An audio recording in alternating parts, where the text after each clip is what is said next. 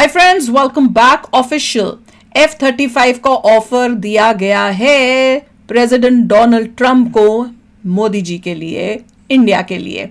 तो Trump made a big statement. चलो देखते हैं, वीडियो शुरू करते हैं। वीडियो शुरू करने से पहले अगर आप चैनल पर नए हो और आपने अभी तक सब्सक्राइब नहीं किया तो जल्दी से पहले सब्सक्राइब के बटन और बेल आइकन को क्लिक कर लो ताकि आपको हमारे सारे न्यू वीडियोस के नोटिफिकेशन मिल जाएं जैसे हम अपलोड करें। अगर आपको वीडियो पसंद आता है प्लीज लाइक एंड शेयर। चलिए शुरू करते हैं। और नया चैनल अगर सब्सक्राइब नहीं किया तो जल्दी से जाके उसको भी सब्सक्राइब कर लो। लिंक्स हैं डिस्क्रिप्शन बॉक्स में। चैनल का नाम है फिल्मी रिएक्ट।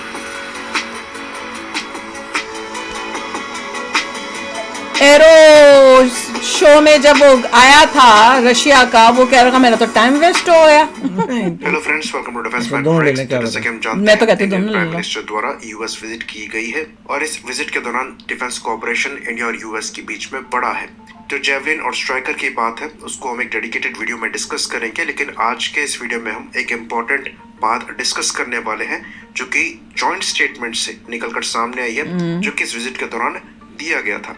तो यूएस प्रेसिडेंट डोनाल्ड ट्रंप ने ये चीज कही है कि इंडिया और यूएस के बीच में जो डिफेंस टाइज हैं वो स्ट्रांग हो रहे हैं और अल्टीमेटली F-35 यूएस इंडिया को प्रोवाइड कराएगा। तो एक तरीके से आप इसे ऑफिशियल स्टेटमेंट मान सकते हैं जिसके अंतर्गत F-35 एयरक्राफ्ट इंडिया को ऑफर किया गया है। Su-57 पहले से ही ऑफिशियली इंडिया को ऑफर था, लेकिन अब पहली बार F-35 को लेकर हाईएस्ट लेवल से ये बात निकलकर सामने आई है। तो सोशल मीडिया में यहाँ तक बात चल रही है कि पिछली ट्रंप एडमिनिस्ट्रेशन द्वारा भी इंडिया को F-35 ऑफर करने की कोशिश करी गई थी, लेकिन काफी कंडीशंस वहां पर लगी थी। इवन इस चीज को इंडिया के FGFA प्रोग्राम से बाहर आने के साथ भी रिलेट किया जा रहा है। खैर, F-35 ऑफर में है और ये चीज हमने पास्ट में कई बार रिपीट करी थी कि S-400 यहाँ पर कोई इशू नहीं बनेगा, क्योंकि इंडिया नेटो का पार्ट नहीं है तो हमें नेटो स्टैंडर्ड के F-35 नहीं चाहिए।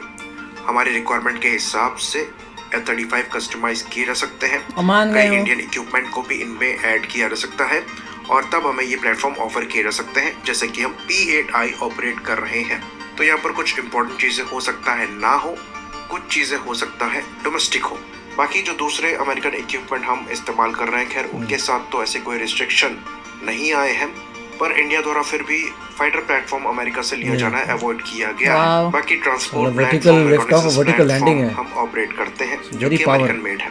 बाकी काफी हद तक इनकी जंगलों में जाके ऑपरेशन कर सकते हैं, कहीं भी जा सकते हो तुम। थोड़ा सा एरिया चाहिए तुम्हें। करने की कोशिश करें तो जो प्रेसिडेंट ट्रंप है वो मोस्टली चीजों को प्रॉफिट एंड लॉस की इक्वेशन से देखते हैं।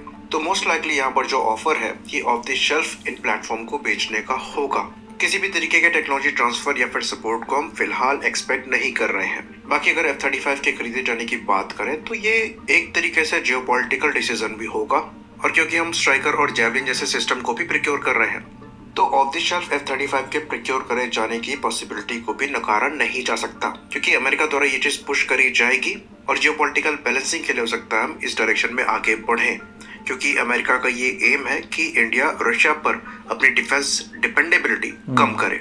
पर अमेरिकन इक्विपमेंट के साथ ये चीज आती है कि यहाँ पर स्ट्रिंग अटैच्ड होती है, यानी कि अमेरिका चाहे तो ऑपरेशनल यूसेज में भी अपनी कंडीशंस को लगा सकता है, पर बाकी अमेरिकन इक्विपमेंट्स के साथ फिलहाल इंडिया को ये फेस नहीं करना पड़ा है। तो इसलिए F-35 इंडिया के पास आएगा, इसके चांसेस बढ़ते हुए नजर आ रहे हैं। ऑल्दो ये नंबर्स बहुत ज्यादा नहीं होंगे, लिमिटेड ही होंगे, जिसकी पॉसिबिलिटी नजर आ रही है। तो मोस्ट लाइकली ये AMC के प्रोग्राम को अफेक्ट नहीं करेगा, स्पेकुलेट किया जा रहा है। बाकी बात करें Su-57 के ऑफर की, तो Su-57 के साथ रशिया जो है वो पूरी तरीके से कॉर्पोरेशन को भी ऑफर कर रहा है। वही तो तक कहा जा रहा है कि वो इसी साल से प्लेटफॉर्म को इंडिया को बनाकर ऑफर बहुत बढ़िया दे रहा है, प्रोडक्शन के लिए भी तैयार है, इवन AMC के प्रोग्राम में अपने सपोर्ट को प्रोवाइड करने को भी तैयार है। तो अगर आप ज्यादा बेहतर ऑफर की बात करेंगे तो ये आपको रशिया की साइड से मिलेगा। बाकी अगर आप फेयर डील की बात करते हैं तो ये दोनों की साइड से मिलेगी, इसकी पॉसिबिलिटी कम होती है।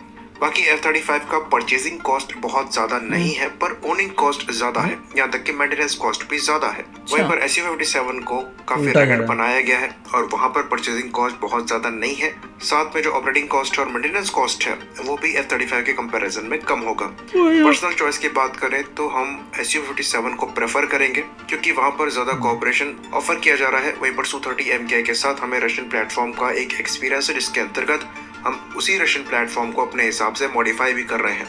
तो ये चीज SU-57 में भी कैरी फॉरवर्ड हो सकती है, जिसके अंतर्गत मैं तो कह रही हूँ थोड़े-थोड़े दोनों ले लो ताकि सबके साथ रिलेशन ठीक रहे भैया। किया जा सकता है, जो लिबर्टी मोस्ट लाइकली उतने स्केल पर अमेरिका नहीं देगा। तो पर्सनल प्रेफरेंस हमारा SU-57 है, लेकिन अगेन ये जियोपॉलिटिकल डिसीजन है।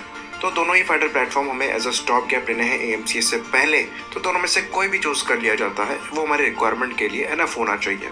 जो चाइनीज मेड फाइटर पाकिस्तान को मिलेंगे, दोनों ही उनसे बेहतर होने वाले हैं। इवन जो Chinese 5th generation fighter operational है, ये दोनों प्लेटफॉर्म उनसे भी सुपीरियर है। तो दोनों में से कोई भी चूज किया जाए, ये हमारी ऑपरेशनल नीड को फुलफिल करने वाले हैं। बाकी एक तगड़ा मेल्ट डाउन जरूर हुआ है टर्की में, क्योंकि उन्हें ये प्लेटफॉर्म डिनाई करे गए थे S-400 की वजह से। वहीं पर इंडिया को US द्वारा ये ऑफर किए जा रहे हैं। तो इस पर हम अलग से बात करेंगे, हो सकता है मैक्स मैट्रिक्स चैनल पर करें। आई होप इन्फॉर्मेशन यहाँ पर क्लियर रही हो। इसी बात पर इस वीडियो को हम खत्म करेंगे। लाइक करिए, सब्सक्राइब करिए। जय हिंद। मेरे हिसाब से जैसे मैं बोल रही हूँ ना, दोनों से ले लो, रशिया से भी लो। अब ये देख लो, समझदार लोग ऐसे बात करते हैं। और जो मैं 1 मिनट यार, और जो होते हैं ना जिनको बस एक ही ट्रक, आप तो अमेरिकन हो गए हो, आप तो फलाना ठमकाना हो गया। दूसरी बात ये है, देखिए कि इंडिया जो है फ्यूचर में भी देखता है। दे आर नॉट लुकिंग अभी, फ्यूचर में रशिया की क्या हालत होने वाली है, दे नो, एवरीबॉडी नोज। तो यूएस की बात छोड़ो, इंडिया, यूएस तो चाहता ही है कि आप इंडिया जो है रशिया से ना मान ले, वो that is okay, but India देख रहा है अपनी तरफ कि is Russia growing in power, reducing in power. अभी चाइना इज बिकमिंग नंबर 2 और Russia is going to become number 3। That means Russia जो है डिक्लाइन कर रहा है। जो रशिया फ्यूचर में कमजोर होता जाएगा, तो कमजोर पार्टी से तुम क्या वेपन्स लोगे, आई डोंट नो कितना सपोर्ट कर पाएगा, क्या कर पाएगा, what is going to happen, we don't know. तो फ्यूचर भी देख रहे हैं। और दूसरा, dependency on one country is very dangerous. अगर 50-50 कर दें तब भी ये है कि आप काउंटर कर सकते हो रशिया के बारे में। अगर आपने कोई नेगेटिव बोल दिया और वो कुछ पंगा करता है, कोई बात नहीं, यूएस तो है। तो बहुत ज़रूरी है कि आपको डाइवर्सिफाई करना है, एक कंट्री पर डिपेंड नहीं होना, मल्टीपल सप्लाई। इसलिए फ्रांस बीच में है। तो यूएस आएगा, फ्रांस आएगा, रशिया आएगा, धीरे धीरे कम करते जाएंगे डिपेंडेंसी ऑन वन पर्सन और अपना को इंक्रीज करते जाएंगे। तो it will take time, but अच्छी बात यह है कि F-35 मिल जाएगा। उससे फ़ायदा ये होगा कि अगर वॉर होती है विद पाकिस्तान, यूएसए नहीं आएगा, बोलेगा F-35 मेरे यूज़ हो रहे हैं, I can't come and interfere. तो ऐसा कुछ होगा। गुड मूव देन, फिर तो लेना चाहिए। और मैं तो इसलिए बोल रही हूँ कि 50-50 दोनों ले लो, क्योंकि अगर डील बेटर, मुझे जैसे मैं बोल रही थी देख के कि डील बेटर तो रशिया की लग रही है, क्योंकि सस्ता भी है, पहले से ले रहे हैं, उसमें इतनी मॉडिफिकेशन नहीं, टेक्नोलॉजी ट्रांसफ़र भी हो रही है, उनका थोड़े ले लो, ताकि रिलेशनशिप्स जो हैं वो बेवजह खराब नहीं हो। जब तक आपको मतलब पक्का हो जाए कि नहीं ये तो पूरा ही चाइना की गोदी में चला गया, या ये अब बहुत वीक हो गया, अब नहीं कोई फायदा, तो फिर उस टाइम हम पूरा साफ दिखा सकते हैं। पर जब तक हमारी रिलेशनशिप्स अच्छी है, रशिया ने ऐसा कुछ नहीं किया है, तो दोनों उसके लेने चाहिए, ताकि यहाँ से रशिया भी खुश, वहां से यूएसए भी खुश। और यूएसए जो आउट ऑफ द वे जाकर इतना कर रहा है कि हाँ मॉडिफाई भी कर देंगे, फलाना भी कर देंगे, मोदी जी को फ्री हैंड इन बांग्लादेश, ये सब कर रहा है, तो बेटर है कि रिलेशंस अच्छे बनाए ताकि उसका फायदा उठाएं। और ये जो हमारे आसपास दुश्मन बैठे हुए हैं, जब यूएसए का सपोर्ट होगा, इन दुश्मनों को हराना और डराना बहुत इजी हो जाएगा। सोचने वाली बात होती है कि तेजस में जी के, जनरल इलेक्ट्रिक के, जो यूएस की कंपनी है, उसके आपको इंजन क्यों चाहिए? आपने रशियन क्यों नहीं ले लिए? वही तो, इसीलिए इतनी जबरदस्त चीज बना रहे थे, तेजस अपनी बन रही है, उसमें भी अमेरिकन इंजन। क्यों? क्या आपको लगता है वो लोग जो है देशभक्त नहीं है?